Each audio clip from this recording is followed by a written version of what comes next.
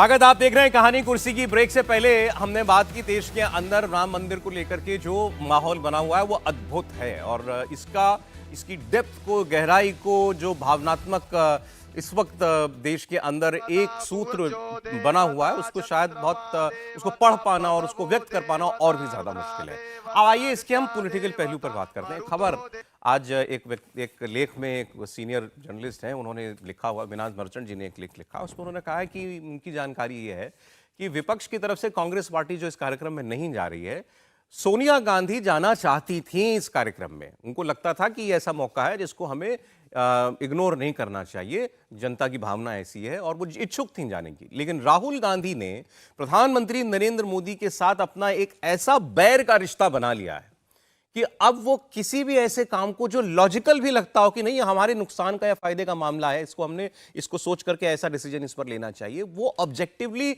अब वो फैसला कर ही नहीं पाते जहां मोदी का सवाल आ जाता है। क्योंकि मोदी से दूरी, मोदी से बैर, मोदी से उन्होंने अपना आइडियोलॉजिकल एक किस्म की दुश्मनी जो पाल ली है, फिर उसके आगे उनको नफा नुकसान नहीं दिखाई देता। तो उन्होंने जो सोचा कि हम नहीं जाएंगे वो प्रिवेल कर गया और कांग्रेस पार्टी को यह फैसला लेना पड़ा। सोनिया गांधी की बात उसमें नहीं चली। अब इसमें कितनी सच्चाई है ये तो खैर कोई नहीं जानता, ये उन्होंने अपने लेख के अंदर लिखा है। लेकिन अगर ऐसा है तो ये विपक्ष के लिए बहुत बुरा संकेत है कि अगर आप अपने आंखों के सामने अपना नुकसान होता भी देख रहे हैं अपने किसी फैसले से, तब भी आपका इस वक्त जो राजनीतिक द्वेष है वो इतना गहरा है कि आप नुकसान उठाने को आप तैयार हैं, लेकिन वो काम नहीं करेंगे जिसमें आपको कोई दूसरा आगे बढ़ता हुआ दिखाई दे रहा हो। क्या कहना है हर्षवर्धन जी? नहीं, मुझे लगता है कि देखिए, राहुल गांधी किस तरह से निर्णय लेते हैं उस पर कोई बहुत ज़्यादा चर्चा या कहें कि कोई बहुत अलग से बहस करनी उसकी ज़रूरत रह गई है क्या?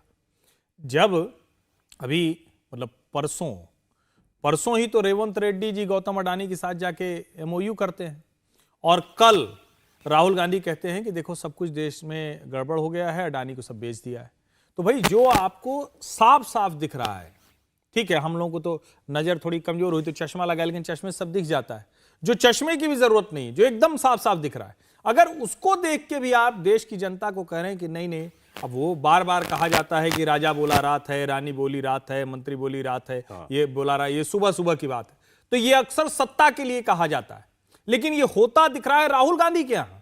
यानी राहुल गांधी घड़ी दोपहरिया में कह रहे हैं कि सब लोग रात मान लो, चलो बत्ती बुझाओ, सो जाओ। अब कांग्रेस को अगर इस तरह से वो सुला देना चाह रहे हैं तो आप सोचिए जरा कि जो जनता जिसको सचमुच उजियारा दिख रहा है, मैं बार बार कह रहा हूं कि आध्यात्मिक चेतना, आध्यात्मिक जागरण का समय है, उसमें जिसको दिख रहा है और राहुल गांधी करेंगे नहीं रात का वक्त है, बत्ती बुझाओ, सो जाओ। तो मुझे लगता है कि ये किसी के मतलब एक व्यक्ति के कहने से या दो व्यक्ति के कहने से सुनने मानने की बजाय आप जरा अपने आसपास देखिए जो कुछ हो रहा है और राहुल गांधी बोल क्या रहे हैं। अब उसके आगे अगर कहें कि ये उनको दिख नहीं रहा है, खूब अच्छे से दिख रहा है। अगर दिख नहीं रहा होता तो इतने तरह के षड्यंत्र क्यों करने पड़ते?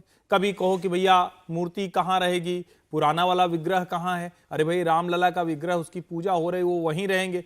पहले दिन पुजारी सत्येंद्र दास जी ने बताया था, पहले दिन श्री राम जन्मभूमि तीर्थ क्षेत्र न्यास ने बताया था, अब फिर से बता दिया कि आगे वही विग्रह रहेगा, पीछे ये विग्रह होगा, लोगों को दोनों के दर्शन एक साथ होंगे, गर्भगृह में ये इस तरह से विराजेंगे। आपने कहा तारीख ठीक नहीं है, गणेश्वर शास्त्री द्रविड़ जी ने बाकायदा काशी विद्वत परिषद के पूरा एक एक पंचांग बता दिया, मुहूर्त बता दिया। आपने कहा कि ना मंदिर तो वहां बनी नहीं रहा, 3 किलोमीटर दूर चला गया है, सब बता गए। इसको तो मैंने ही कहा, हर कोई जान रहा है कि भैया 3 किलोमीटर तो अयोध्या का रेडियस ही नहीं है, तब भी आपने कह दिया। फिर वो सामने आ गया, फिर कहना ना कलश नहीं रखा गया इसलिए पूरा नहीं होता है, सबने बता दिया। गर्भगृह, उसकी छत, ये महत्वपूर्ण होता है। वैसे तो मंदिर और हिंदू इतना जिसको कहने को उदार है, इतनी ज्यादा उसमें लचीलापन है कि वो तो ऐसे ही करके प्राण प्रतिष्ठा कर लेता है, लेकिन छत महत्वपूर्ण होती है। तो कुल मिला के आप अड़ंगे लगा रहे हैं और आपको कुछ नहीं सूझता, या तो आप शंकराचार्य ले आते हैं, या तो ये बहाने हैं कि भाई हम तो नहीं जा रहे तो क्या बहाना बनाए, तो ये सब बातें खोजी नहीं, ये बहाना नहीं है। या ये दूसरा है कि भाई अब जनता जो है इतनी भावुक है इस वक्त, और वैसे भी धर्म भीरू है और धर्म को मानने वाली जनता हमारे देश की है, उनके मन में ये भाव फिट कर दो कि भाई जो हो रहा है देखना, इसमें कुछ गड़बड़ है। दरअसल आप अगर ध्यान से देखिए तो हर काम में ये कहा गया। जब भूमि पूजन हुआ था वो कोविड के समय में हुआ था, पूरे प्रोटोकॉल में हुआ था, कहीं कोई समस्या नहीं थी। लेकिन तब भी ये कहा गया कि देखो इस समय कर दे रहे हैं, यही दिग्विजय सिंह, यही सारे लोग, और अब तो वो बार बार। और देखिए शंकराचार्यों ने भी, और मैं फिर से कह रहा हूं, शंकराचार्यों पर टिप्पणी करने की न क्षमता हमारी है, न उतना ज्ञान है, न उतने योग्य है। लेकिन जब आप अविमुक्तेश्वरानंद जी की बात करते हैं, जो बाकायदा कांग्रेस के छात्र संगठन से चुनाव लड़ चुके हैं, उनके गुरु स्वामी स्वरूपानंद सरस्वती ने जबलपुर के नरसिंहपुर में एक पत्रकार ने पूछ लिया था कि मोदी फिर प्रधानमंत्री बनेंगे, तो एक थप्पड़ जड़ दिया। और वो दिग्विजय सिंह जी के गुरु हैं, ये अविमुक्तेश्वरानंद गुरु भाई हैं, इनका मामला न्यायालय में लंबित है। और जो दूसरे शंकराचार्य हैं वो बार बार कह रहे हैं ये हमारे लिए बरसों की साधना के फलीभूत होने का समय है, हर कोई उसको उत्साह से मनाइए। फिर भी अगर ये आ रहा है कि सोनिया जी चाहती थी और नहीं जा पाई, तो मैं बस इसको यही मानूंगा कि दरअसल उनको समझ में नहीं आ रहा है कि इसका नुकसान हम कैसे, मतलब कोई तरीका हो तो चलो हिंदुओं के मन में कुछ जहर, कुछ संशय, कुछ संदेह भर देते हैं, शायद एक वर्ग हमारे साथ आकर खड़ा हो जाए। शंकराचार्य जी पर बस एक बात मुझे, मैं भी कहने से नहीं रोक पा रहा हूं भाई। एक शंकराचार्य ने और अपनी बात कही थी, पुरी वालों ने भी एक बात कही थी कि भी उसमें उनको भी ठीक कुछ नहीं लग रहा था, उन्होंने बात कही, बात खत्म हो गई ना। ऐसा नहीं होता कि आप एक के बाद एक ढूंढ ढूंढ कर इंटरव्यू दे रहे जा रहे हैं। जो अभी मुक्तेश्वरानंद जी महाराज ससम्मान कर रहे हैं, यूट्यूबर्स को वीडियो देना, ढूंढ ढूंढ करके इंटरव्यू देना, और उसमें कभी एक बात कभी दूसरी बात, रेला सा लगा दिया गया है। वो लग रहा है साफ कि नहीं, ये प्रयास है कि जैसे रंग में भंग डालना होता है, मन में शक का बीज बोना होता है, ऐसे कुछ करो इस आयोजन से 22 दिन से पहले किसी तरीके से भाई ये छवि बना दो कि इसके अंदर कुछ गड़बड़ है, कुछ ठीक नहीं है। कांग्रेस की जहां तक बात थी, उसी बात को आगे बढ़ाते हुए, बहुत सारे कांग्रेस सिंपैथाइजर लोगों को मैं देख रहा हूं, उन्होंने पूछना शुरू कर दिया है कि ये जो चिट्ठी निकाली गई थी कांग्रेस की तरफ से जाते हुए कि हम नहीं जाएंगे, ये किसने ड्राफ्ट करवाई थी? क्योंकि जब वो रिस्पॉन्स देखते हैं शरद पवार का, जब वो रिस्पॉन्स देखते हैं इवन अखिलेश यादव का, वो भी नहीं जा रहे, लेकिन उन्होंने जिस तरीके से मना किया, वो देखकर पढ़कर खराब उतना नहीं लगता है। लेकिन जो कांग्रेस ने चिट्ठी निकाली थी उसको लेकर के बहुत लोगों ने सवाल किया कि इसमें वो भाव झलक रहा है कि हम जाना ही नहीं चाहते। देखिए, प्रॉब्लम विपक्ष के साथ ये हो गई है कि उनके पिछले काम जो हैं वो उनकी आज की बातें, जो जिस कारण को वो बता रहे हैं कि इस कारण से हम नहीं जाएंगे, उनको सपोर्ट नहीं करती हैं। आप ये तो कोई डिनाई नहीं कर सकता कि 1989 में जो है राजीव गांधी ने वीएचपी को अलाउ किया था शिलान्यास करने के लिए, तो यानी आपके जो बड़े नेता हैं वो ऐसा तो नहीं है कि वो इसके विरोध में थे, पुराने नेता। अब आप खुद मंदिर जाते रहे हैं तो भी आपका ऐसा भी नहीं है कि आपकी आस्था नहीं है किसी चीज़ में। आप ये कहते हैं कि ये जो है बीजेपी का फंक्शन है। अगर विपक्ष के सारे नेता जितने लोगों को न्योता दिया गया था, जितने लोगों को ये आमंत्रण दिया गया था, सब चले जाते तो क्या है बीजेपी का फंक्शन रह जाता? वहाँ पे सारे विपक्ष के नेता दिखाई देते, सारे पार्टियों के नेता दिखाई देते, तो क्या केवल बीजेपी का फंक्शन दिखाई देता जो वो कह रहे हैं? ऐसा लगता। दूसरी बात यह है कि ममता बनर्जी जैसे नेता जो कि अपने यहाँ पे जगन्नाथ धाम बनवा रहे हैं, वो कह रहे हैं कि भाई ये हम यहाँ पे नहीं जाना चाहते। जो बिहार में नीतीश कुमार जो है, वहाँ वो जो है अपना एक पूरा भव्य मंदिर बनवा रहे हैं, तो वो क्या मतलब माँ सीता के जहाँ जन्मस्थली है वहाँ पर पूरा मंदिर बना रहे हैं, वो नहीं जाते हैं तो किस लॉजिक से नहीं जाते हैं? तो मुझे लगता है कि देखिए, सिर्फ ये कह देना कि मैंने ये पहले ही बोल दिया कि सिर्फ अगर ये बीजेपी और प्रधानमंत्री नरेंद्र मोदी के नाम पर कि ये उनका फंक्शन है, नहीं जाएंगे, तो बाकी सब चले जाते तो कैसे रह जाता? वो बात ठीक है आपकी। एक मैं आपको और स्टेटमेंट सुनवा देता हूं। उदयनिधि स्टालिन, उन्होंने सनातन को लेकर के बहुत कुछ इससे पहले कहा भी है।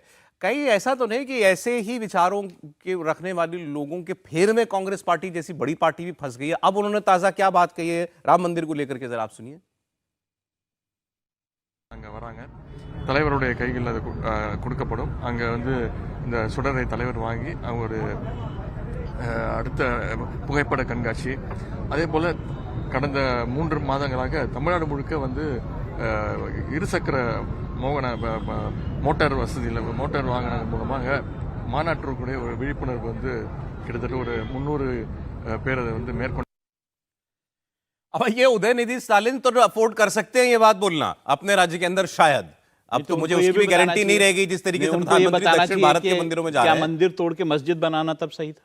सही बात है, लेकिन चलिए तमिलनाडु में वो उनको लगता हो कि भाई हमारा कोई कुछ नहीं बिगाड़ सकता, अभी यहाँ बीजेपी मजबूत नहीं है। लेकिन प्रधानमंत्री जिस तरीके से दक्षिण के दौरे कर रहे हैं, अभी आंध्रा के मंदिर में गए, केरल के मंदिर में गए, अब तमिलनाडु में जाना है उनको, रामेश्वरम में जाना है जहाँ पर राम सेतु जहाँ से बना था वहाँ पर वो जाएंगे। तो एक देखिए पूरा सर्किट उन्होंने कर लिया है, खास करके उन जगहों पर जाकर जो प्रभु राम से जुड़े हुए जितने भी स्थल हैं वहाँ वो जा रहे हैं, और खासकर दक्षिण भारत में जा रहे हैं। तो वो उदयनिधि स्टालिन अपनी राजनीति को कब तक के लिए या आयरन कोटेड टेफलॉन कोटेड मान सकता है, मैं नहीं कह सकता, लेकिन फिर भी वो अभी वो कह लें उनको शायद उतना नुकसान ना हो। अरे भैया ये दूसरे लोग कैसे कह लेंगे देश के अंदर, उनको तो सोच समझ के फैसला लेना पड़ेगा ना। समीर जी देखिए, कांग्रेस की समस्या ये, कांग्रेस जनता की नब्ज जब पहचानना होती है वहां चूक कर जाती है। नया संसद भवन बना, कांग्रेस ने उसका बहिष्कार कर दिया। G20 इतना सफल आयोजन हुआ देश के लिए, कांग्रेस ने उसे बीजेपी का कार्यक्रम बता दिया। राम लल्ला की प्राण प्रतिष्ठा का कार्यक्रम हो रहा है, कांग्रेस के लिए बीजेपी आरएसएस का कार्यक्रम है। यही कांग्रेस की स्थिति बन रही है कि 414 से वो अगर 42 सीटों पे आ रही है तो इसी कारण आ रही है कि वो जनता का मुड़ भापने में चूक रही है, और वह उस हर स्थिति के खिलाफ रहती है जिसके साथ जनता का समर्थन रहता है। और यही कांग्रेस सबसे बड़ी चुनौती है, तकलीफ है। आज देखिए, मुझे ऐसा लगता है कि कांग्रेस को अब ये लगने लगा है कि उसकी रीढ़ की हड्डी सिर्फ मुस्लिम वोट बैंक है, और इसलिए वह यह सब प्रयास कर रही है और लगातार बताने की कोशिश कर रही है कि वह राम जन्मभूमि से दूरी बना के रख रही है। जिस तरीके से उन्होंने राम जन्मभूमि प्राण प्रतिष्ठा, कांग्रेस को लग रहा है, आपने कहा कि मुसलमान वोट हमारी रीढ़ की हड्डी है, ये आप 15% के लिए 85% ठुकरा दीजिएगा, लात मार दीजिएगा। बिल्कुल, ये उन्होंने बहुत स्पष्ट लाइन खींच दी। अगर ऐसा नहीं होता तो जिस तरीके से उन्होंने न्योता को ठुकराया है, कोई भी समझदार राजनीतिक दल इस राजनीतिक माहौल में, देश के इस माहौल में ऐसे रिस्क नहीं लेता। अखिलेश यादव ने यह रिस्क लिए, लेकिन अखिलेश यादव का लिखा हुआ पत्र बहुत सभ्य तरीके से लिखा गया है कि मैं 22 तारीख को नहीं आ पाऊंगा, लेकिन उसके बाद मैं सपरिवार आऊंगा और दर्शन करूंगा। शरद पवार ने भी इसी बात का जिक्र किया है। कांग्रेस ने तो सीधे स्पष्ट लिख दिया कि कांग्रेस बीजेपी और आरएसएस का कार्यक्रम है, इस कार्यक्रम में हम नहीं आएंगे। तो मुझे लग रहा है कि कांग्रेस अब ये बहुत स्पष्ट मान चुकी है कि जो हमारा वोट बैंक उसे बचा के ब्रेक लेना होगा मुझे, उसके बाद फिर हम लोग आगे इस पर और बात कर लेंगे। त्रिपाठी जी का एक कमेंट लेकर के जो बात अभी आपने कही है कि उसको लगता है 15% मुसलमान वोट हमारी रीढ़ की हड्डी का वो है। ब्रेक की बात अक्सर हम लोग नहीं करते, जो आपस में बात करते हैं वो नहीं कहने की होती, लेकिन मैं फिर आज कह देता हूं। अभी त्रिपाठी जी कार्यक्रम से आ रहे थे, उन्होंने कहा कि हमसे पूछा गया वहां पर कि क्या ऐसा कोई कुछ लगता है क्या कि कुछ विपक्ष का सिक्का चल जाए 272 पर जाकर के, या उससे नीचे गाड़ी जो है बीजेपी की रुक जाए। इतना हम लोगों ने माहौल की बात की है, उसके बाद भी ये सवाल पूछा गया आपसे।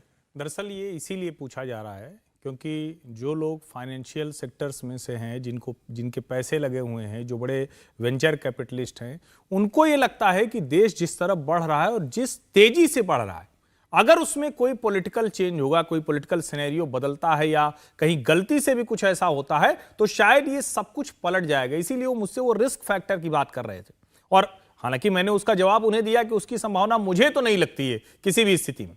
लेकिन जरा आप सोचिए, देश में पहली बार एक प्रधानमंत्री है, और ये ध्यान से सुनिएगा, जो सौरभ जी ने अभी कहा ना कि सब जगह वो राम से जुड़े स्थानों पर जा रहे हैं।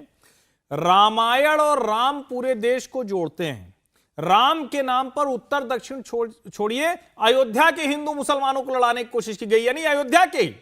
अब राम के नाम पर एकनाथ जी की भावार्थ रामायण मराठी से शुरू हुआ, उसके बाद तेलुगु, मलयालम, कन्नड़, तमिल, संस्कृत, यानी सभी भाषाओं की रामायण का पाठ प्रधानमंत्री नरेंद्र मोदी सुन रहे हैं। अब सोचिए जरा, जोड़ने वाले राम को बांटने वाले राम किसने बना दिया? राम के साथ इतना बड़ा, और ये तो पाप है, इसका प्रायश्चित करना चाहिए, लेकिन दुर्भाग्य से प्रायश्चित का इतना सुंदर अवसर मिला है फिर भी करने को तैयार नहीं है। सोचिए जरा कि एक प्रधानमंत्री को इस समझ में आ रहा है कि राम के जरिए हम भारत को यूं जोड़ सकते हैं, उत्तर दक्षिण पूर्व पश्चिम हर जाति वर्ग भाषा का भेद मिट गया है। और आखिरी लाइन, इकबाल अंसारी भी फूल बरसा रहे हैं, ये बार बार ध्यान में रहे, जो बाबरी के पैरोकार थे।